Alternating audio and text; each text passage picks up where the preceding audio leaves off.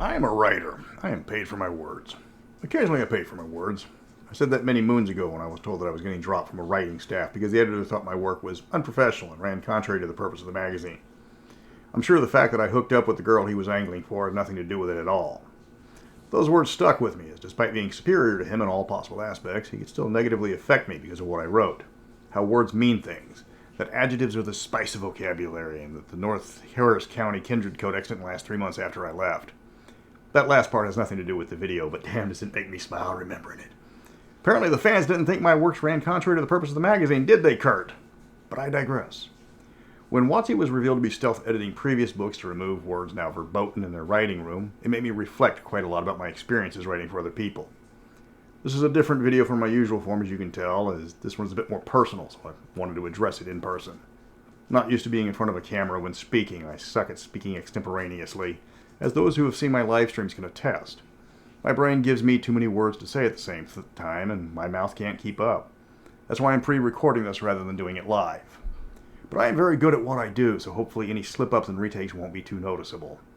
The latest kerfuffle that has hit the gaming world is that Wizards of the Coast, those marvelous paragons of game design excellence, have started removing words from past products without explaining why those words need to go.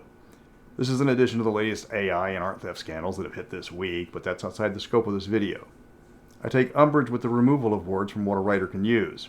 I actually take it quite personal. A writer is only as good as his vocabulary. You restrict what they can say, you can restrict what they can describe. Synonyms aren't an option, because the second the people that wanted one word removed will realize that you can express the same meaning with another, and then that word has to go as well. It never ends. When you strip a writer of a word, you remove the ability to convey a message. It doesn't matter if the censor means well. You're reducing the written word to a bland gruel, free of anything offensive, disturbing, or imaginative. This isn't new. For American media, we don't have to go back too far with the Hays Code or the Comics Code Authority. Self-imposed censors felt they knew better than everyone else, and to keep the public from being corrupted by the wrong type of entertainment, mandated guidelines in movies and comics. Adult and disturbing themes were removed. Certain story elements were banned. Entire genres were restricted to limited production. Comic books were forbidden from using the words horror, crime, or terror on their cover. Bad guys couldn't win in the movies. They couldn't even swear. You couldn't make The Empire Strikes Back in those days. These restrictions hobbled creativity to a large degree. On the other hand, they inspired it as people wanted to make those movies and had to get really creative to get around the prohibitions forced upon them by a bunch of stuck-up puritanical Farragut iceholes. Looking at the changes, gone are any mentions of insanity, obesity, civilization, slavery, and hordes. The Mongol horde, not the Smog horde. These changes are quite harsh on certain homonyms as well. You can't use the term blinded to mean unaware of something. Dark can't refer to anything nefarious like a motivation. Various types of evil behavior have been removed, like racism, or certainly no aggressive snuggling shall even be hinted at. It smacks of focus groups and design committees, and those who have been in planning meetings can see the similarities. You can picture the whiteboard as people are raising their hand telling everybody what they don't want in the book. Then the whiteboard gets filled up and the writer has to make something coherent with a dictionary where a good chunk of the words are blacked out. That's the stuff of nightmares for wordsmiths. But it's their company. They can do what they want. Yes, and it's my hobby and I can buy what I want. When your latest product causes your biggest supporters to go and make rival products because they think they can do better, and many of them are probably right, you've made a serious tactical error. People have compared this style of censorship to George Orwell, but they're wrong. 1984 removed words to prevent people from understanding the concept. That's not the case here. They are removing words that might offend people so everybody reading the book won't become upset when they see something they don't like. That's from Brave New World. These changes are Huxleyan. Some people could argue that the attempted unification of all themes so that the game can only be played in the approved manner by the designers is more akin to Zamyatin's We, but nobody has read that particular book, despite it being the third member of the core dystopian novels, as it's Russian and makes 1984 look optimistic. Writers need every word they can get. Editors need every possible synonym. Find me someone who has done any large-scale editing at any point in their life who hasn't thought about naming one of their kids Roger. Now you can't use the word savage, but brutal, merciless, and ruthless are just fine. What word do you use in your paragraph if you've already used brutal? I can understand if the writer used savage as a crutch word and has saturated his text with it. In that case, I would completely sympathize. There's a reason why you won't catch me using the word extremely in my videos. However, if the restriction is simply because somebody doesn't like the word, That's not a good excuse. Synonyms are tools. Taking one away from a writer is the equivalent of taking a specific socket from a mechanic's toolbox. In a lot of cases, the large number of letters in a word is important for formatting. You can't punish a word because it has another meaning that might be derogatory if used in that context. The example I was given was crude, primitive, and ramshackle. They all mean relatively the same thing, something not made to a quality standard or hastily constructed. Crude and primitive have other meanings that some people take offensive. Ramshackle, I think you're okay. What's the point of this? You've got 3 words with the same meaning with 5, 9, and 10 letters each. If you have a paragraph that needs to look meatier, you use ramshackle. It takes up more space. If you don't have a lot of space, you use crude. If you don't want to duplicate words in a paragraph, you have to avoid that. So if you've used 2 of the words, you get to use the 3rd one. It's simple enough.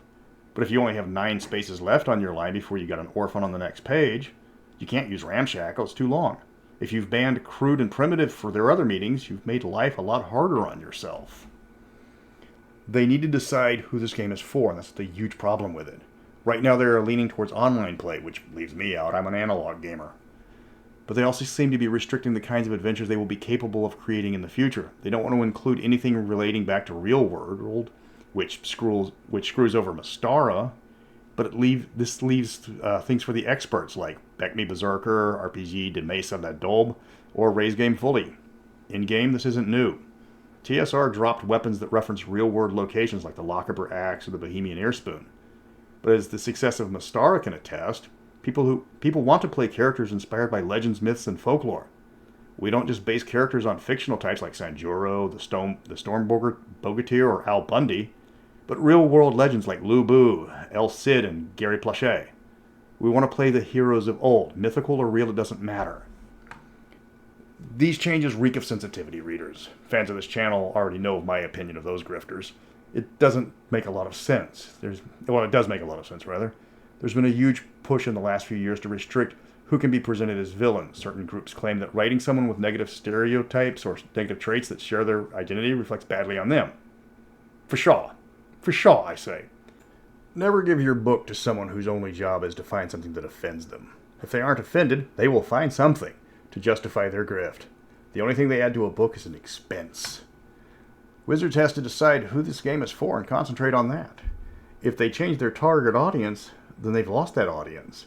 And also the people they're trying to get think the product is for the audience they just lost and they don't want it. Wizards is already suffering from a conga line of bad decisions. This one will confirm the belief that they've lost touch with the original gamers.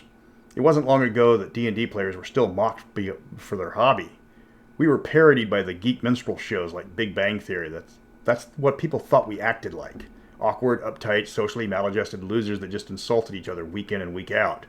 You never saw them, have to schedule a game when everybody has different schedules. I've seen funnier multiple fatality accents than that show. Come to think of it, I've participated in funnier multiple fatality accents than that show.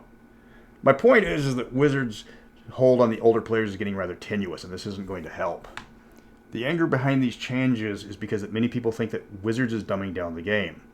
They've long been stripping the lore from the game, which was a major selling point for many of the settings. We didn't buy all those Forgotten Realms books back in 2nd edition because we collected mathematical formulas. Except for maybe Ronald. That explains his massive stack of Champions books. Back to D&D. Wizards seem to be biting off more than they can chew, at least in writing. They're restricting the variations on the humanoids to avoid making them default villains. Orc barbarians are now human raiders. Orcs can't be described as evil because a few people view them as real-world minorities. Dark elves can't be racist pricks. They can't even be dark anymore. If you look at them with the art and the various video games and books, they look like moon elves. Racism is bad, so you can't be racist, even if your entire story is that you're a group of racist pricks. They're removing words that would define a villain, making them humans in costumes. You don't just take away words when you restrict language. You take away entire concepts. If you can't describe something, you can't use it. You can't substitute the word fat for big. Fat is obese, corpulent. Big can mean anything of a more significant size. In many of the changes, they want to be more descriptive, but in this case, they do the opposite. Big can be Michael Clark Duncan, Andre the Giant, or Marlon Brando in his ice bucket on the head face. Only one of those 3 men was fat. There are numerous monsters in D&D defined by their obesity. Hill giants, devil swines, trolls. They've replaced the word slaver with any number of terrible options. If you have a thieves guild next to an orphanage, you've got the Fagin. If you have a slaver's den next to an orphanage, you've got Jeffrey Epstein. Huge difference. They also replaced the word slave with servant. Nobody wants to rescue the butler or the unpaid intern. Okay, maybe the intern.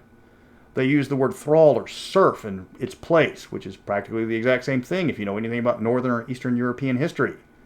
The word hurts their feelings, so they use a less scary synonym. Somewhere Peter Roget is spinning in his grave. Words have meaning. Meanings create ideas. Ideas build stories. Stories are the reasons we play. You take away words, you take away stories.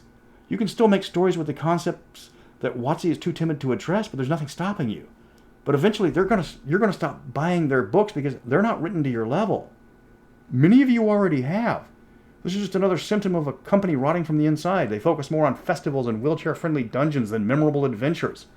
They haven't fixed glaring rules issues like challenge ratings or high-level balance. They have cruised on the talent of game designers that came before them, hence why all the most popular 5th edition modules are reskins or edition conversions of more popular adventures. When people make valid criticisms, they get met with insults.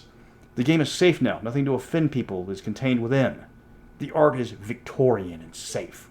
The wording is pablum and any deep concepts are removed so people don't have to think that hard. It's a self-inflicted tedium, one that has made wizards into a laughingstock. We've seen this before, just like the Hays Code and the Comics Code Authority. And like those, they will be replaced by those who dare to push boundaries rather than enforce them.